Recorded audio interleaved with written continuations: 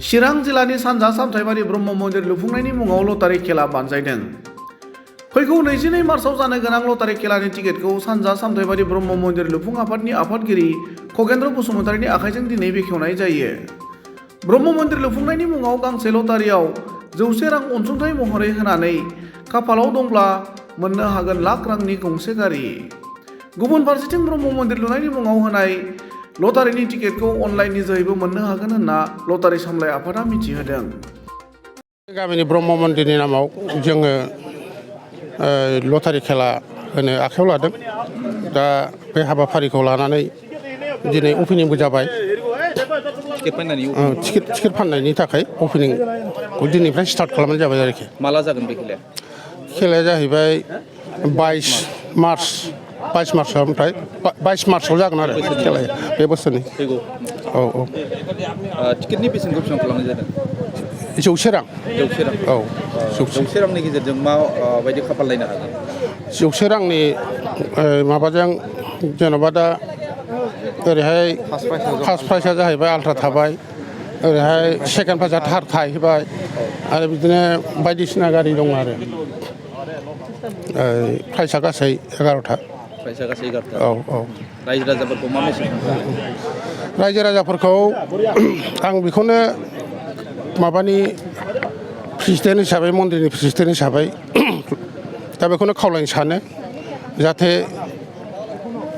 मोजाङै मोजां नैबे जोंनि लटारि टिकेट माबाखौ जाहाथे सहजगिता खालामो।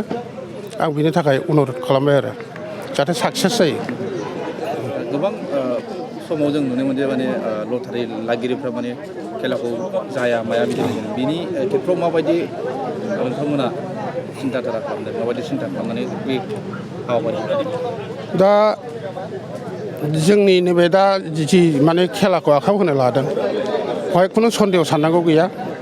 जेरै दा मा होनना बुङो हावलियाव जेरखम जादों जि सिस्टेमै बोसोरफ्रामबो होनाय, दा जोंनाव अबयसे नैबेनो फार्स्ट जाहैबाय खेलाया। औ, गिबि खेब।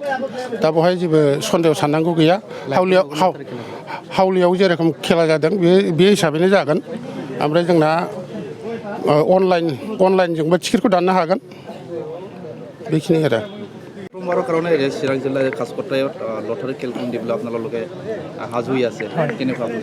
হয়, আমি অসমবাসী ৰাইজক আপোনালোকে হয়তো চাবলৈ পাৰিছে যে অসমত বিভিন্ন মানুহে অন্ধমানৰ পৰা আদি কৰি অসমৰ বিভিন্ন দুখীয়া মানুহৰ পৰা আদি কৰি সকলো শ্ৰেণীৰ মানুহে লটাৰীৰ যোগেদি কিন্তু আজিকালি মানে ভাগ্যৱান হয়, লাখ টকাৰ গৰাকী হৈছে। সেই ক্ষেত্ৰত সামথাইবাৰী ব্ৰহ্ম মন্দিৰ উন্নয়ন কল্পই আমি এটা খেল অনুষ্ঠিত কৰিছোঁ। আজি প্ৰথমটো দিন আৰু প্ৰথম দিন আমি যি খেল শুভাৰম্ভণি মুকলিৰ অপেনিং কৰিলোঁ। লগতে অসমবাসী ৰাইজক আমি সকলোৰে সহায় সহযোগিতা বিচাৰিছোঁ। লগতে ইয়াৰ পিছতে আমি এইখন খেলৰ প্ৰথম পুৰস্কাৰ হিচাপে আমি আপোনালোকে গমেই পাইছে ইতিমধ্যে, তথাপিও মই গাই দিছোঁ। প্ৰথম পুৰস্কাৰ হৈছে টাটা আল্ট্ৰা বাছ, ইয়াৰ লগতে আছে মহিন্দ্ৰা থাৰ। দ্বিতীয় পুৰস্কাৰ যিটো আছে, থাৰ্ড পুৰস্কাৰ হিচাপে আছে মহিন্দ্ৰা XUV আদি কৰি বহুতো বিলাহী গাড়ী। মানে আপোনালোকে যদি টিকেট লয় 100 টকা প্ৰাইচ, এটা টিকেটৰ দাম 100 টকাতে হয়তো আপুনি ভাগ্যৱান হ'ব পাৰিব, লাখ টকাৰ গৰাকী হ'ব পাৰিব। ৰাইজক আমি এটাই অনুৰোধ কৰিম, আপোনালোকে আহক। আমাৰ ইয়াত অনলাইনৰ যোগেদি আপোনালোকে টিকেট ক্ৰয় কৰিব পাৰিব, অফলাইনতে টিকেট কৰিব পাৰিব। আৰু কাশীকোট্ৰা এইখন চাৰিআলিত আমি যি টিকেটৰ স্থায়ী কাউণ্টাৰ আমি আজি মুকলি কৰিলোঁ। আৰু আপোনালোকে যদি অনলাইনৰ যোগেদি টিকেট ল'ব বিচাৰিছে, আমি সামথাইবাৰী ব্ৰহ্ম মন্দিৰৰ কিছু স্পনচাৰ আমি আগবঢ়াইছোঁ। এইসকল পৰ্টেলৰ জৰিয়তে আপোনালোকে অনলাইন টিকেটো ল'ব পাৰিব। আমাৰ সামথাইবাৰী মন্দিৰৰ যি উপহাৰ কুপনৰ খেল আছিল, আপোনালোকে যদি অনলাইন টিকেট ল'ব বিচাৰিছে এইকেইটা পৰ্টেলত আপোনালোকে যোগাযোগ কৰিলে অনলাইন টিকেট পাই যাব।